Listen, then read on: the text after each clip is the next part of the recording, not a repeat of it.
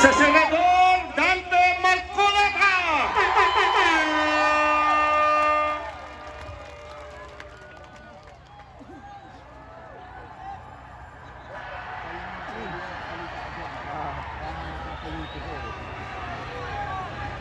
Kahit na mga karama. Kopya! Naisip ko na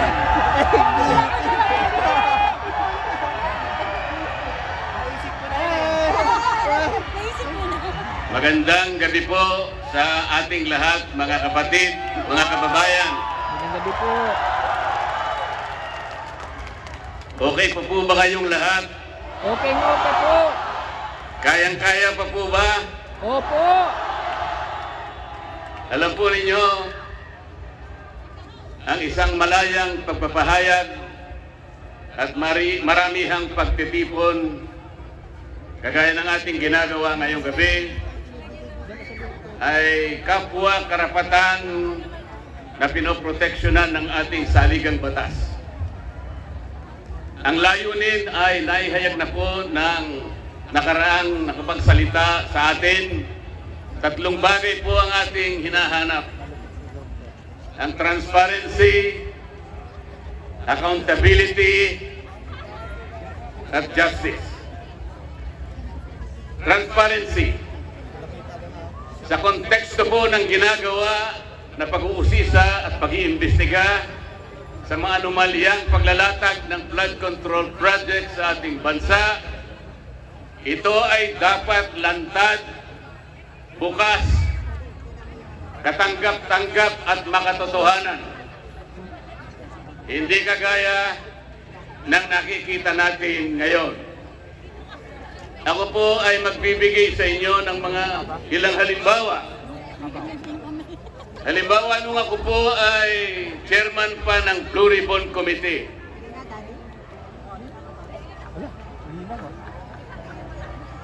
Ipinasya ko po na gamitin natin yung batas na nauukol sa Witness Protection Program dahil po napakahirap talagang magturo, maglantad, tumukoy, lalong-lalo na yung mga mastermind ng kawalang hiyang ito. Meron pong nagkusa kahit alam nilang mahirap at magsasakripisyo sila sapagkat manganganib ang kanilang buhay pati ng kanilang pamilya. Ang tinutukoy ko po ay ang mag-asawang Diskaya. Para sa ganoon ay makatulong sila sa Estado na hanapin natin kung sino yung utak, kung sino ang mastermind. Hindi pa po nakapagsisimula ang proseso ay pinagsikapan na po na sila ay pigilan. Dahil sa umpisa pa lamang ng kanilang short statement, natukoy na nila initially 17 members of the House of Representatives. Kaagad sinabi na noon ay Secretary ng Department of Justice, Boying Remulla, na bago maproseso ang aplikasyon ng mga Diskaya upang baka sakaling sila ay maging testigo ng Estado, kailangan muna silang magsoli ng inaakala niyang nakulimbat nila.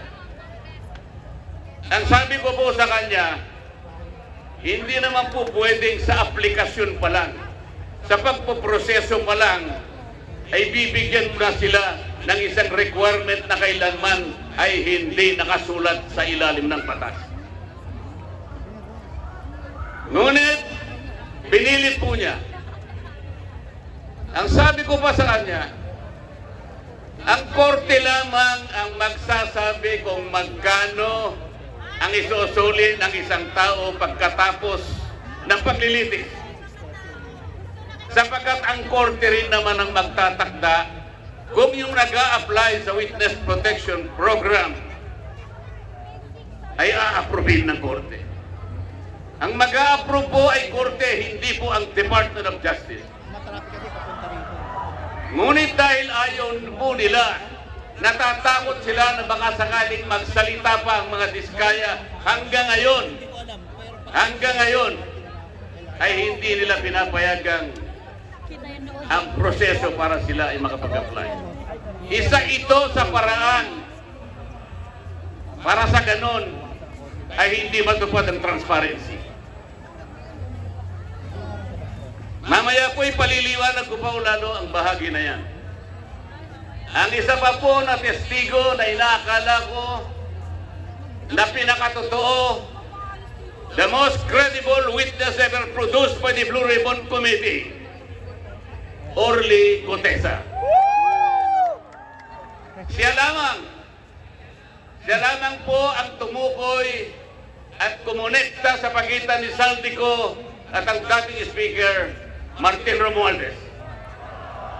Wala na pong iba. Wala na pong iba.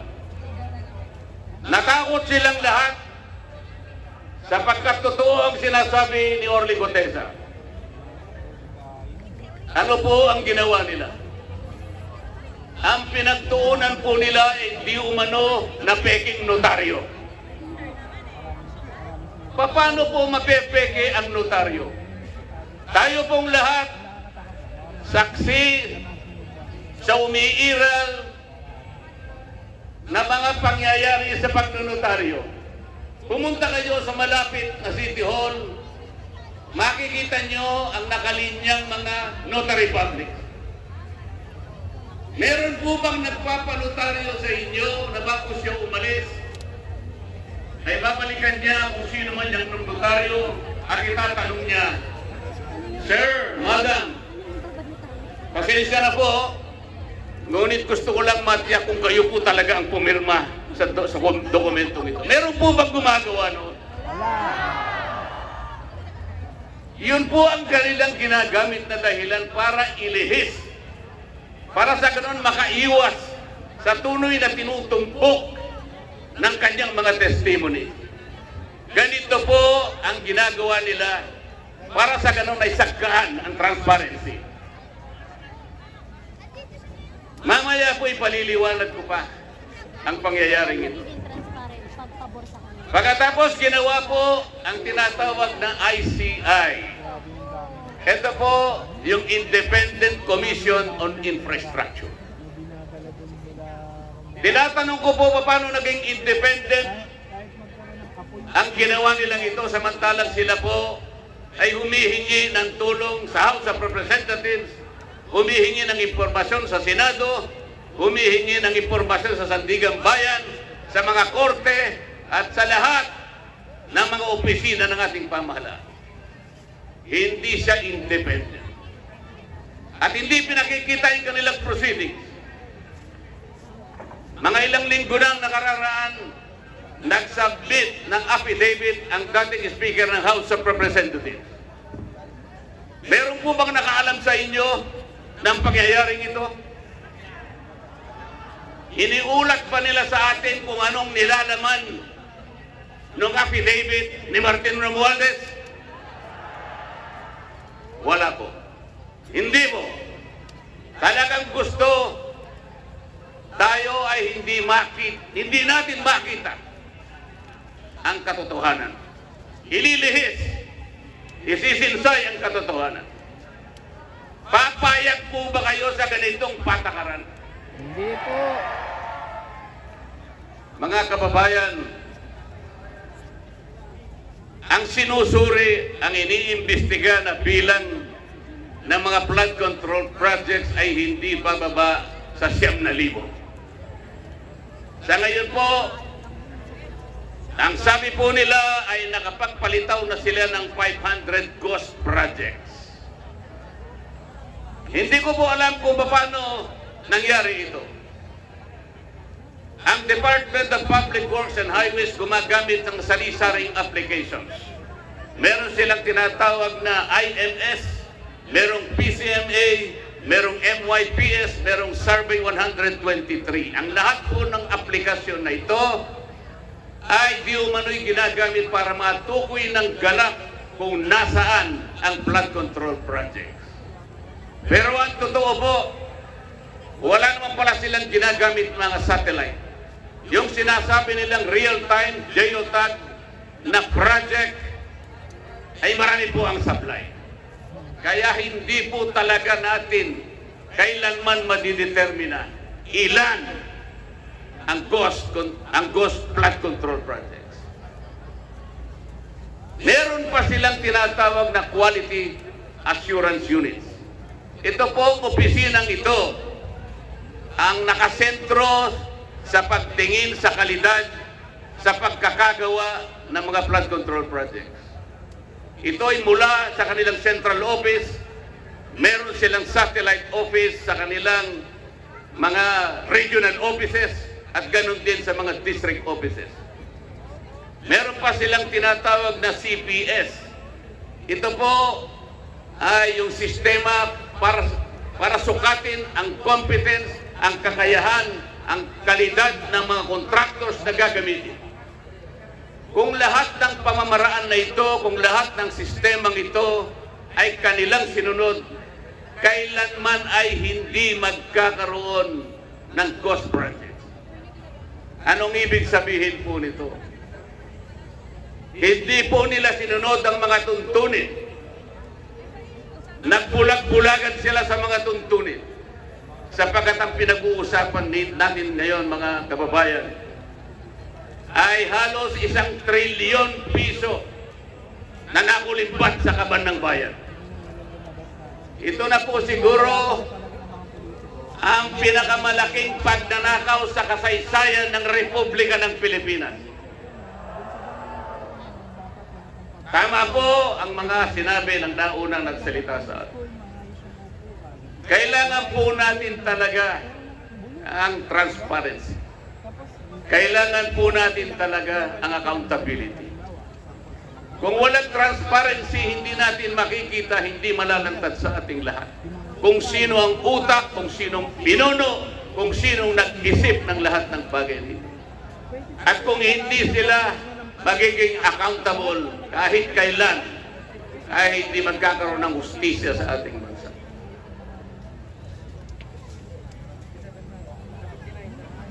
Ang graft and corruption po sa ating bansa, sa pag-iestima ng ilang nag-aral, ito po ay nagre-represent ng halos 30% sa ating national budget.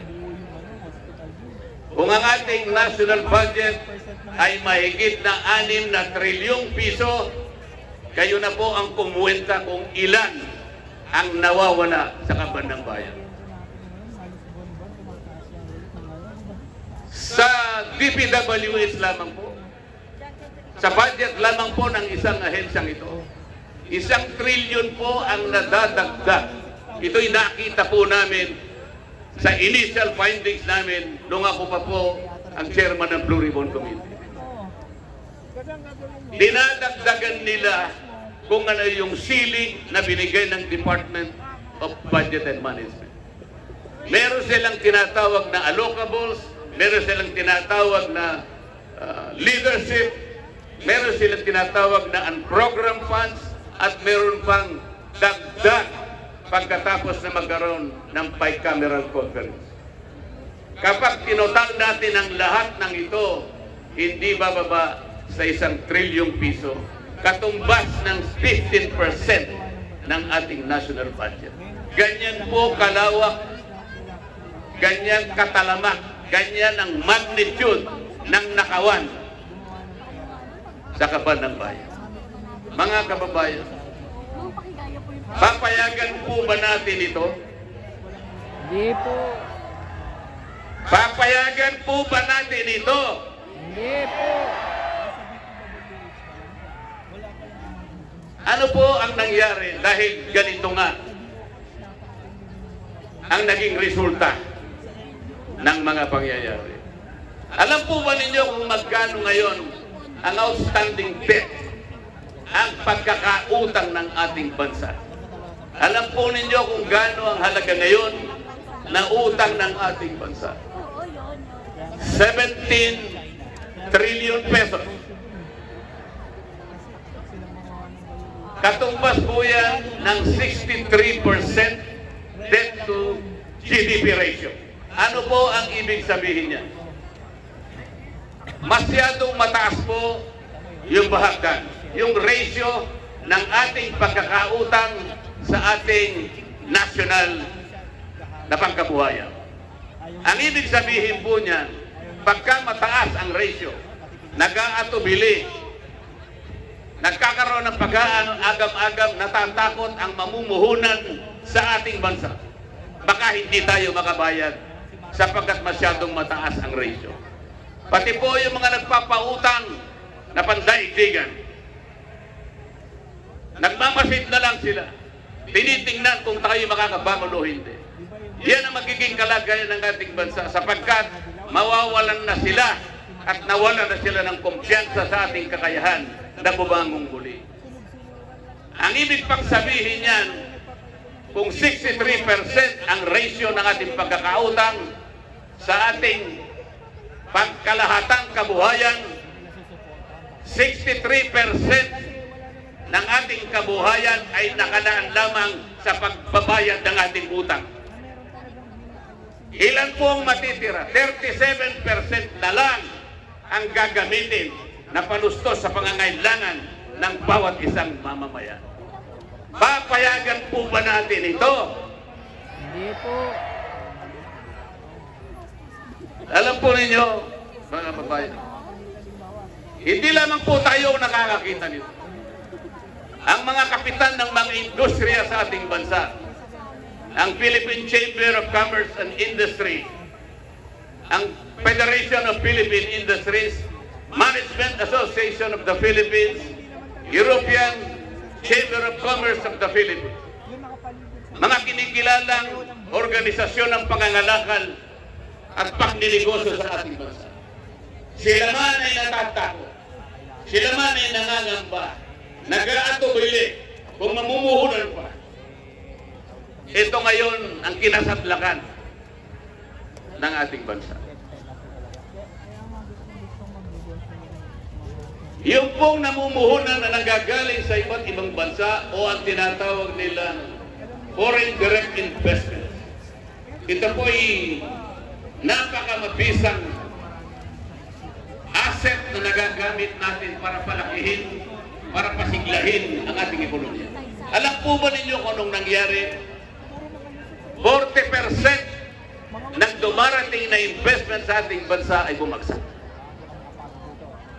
40% na mahigit po. Ang sabi pa nila, at nabanggit na po kanina, ang ating stock market is the worst performing stock market in this region. Ang ating pera, ang ating piso na ngayon ay halos 60 pesos per $1. It is the worst performing currency in the region. Ang nangyari dyan at naging resulta po, kaya naging mababa pati productivity ng ating agriculture. Pati po, ang ating turismo ay naging matamlay. Pati ang ating kalakalan ay naging matamlay. Ito lamang ang nagiging bunga ng korupsyon sapagkat ayaw nilang ilantad at gusto nila ay makaiwas sila sa pananagutan. Ito pa po ang isang problema. Magkano po ang itinakda na budget para sa isang taon? Alam po ba ninyo, mga kababayan, kung magkano? 6.7 trillion pesos. Yan po ang magiging budget natin sa susunod na taon. Magkano naman po ang kikitain natin o tinatawag na projected revenue sa isang taon? 5 trillion daw po. Sa mga katwid, mas malaki po ang ating gagastusin kaysa ating kikitain. Magkaka-deficit po tayo ng 1.7 trillion pesos na uutangin na naman natin sa susunod na taon. Ano po ang ibig sabihin nito? Yung 1.7 trillion na uutangin natin, mangangahulugan na tayo po ay mangungutang ng 142 billion bawat buwan. 4.7 billion bawat araw.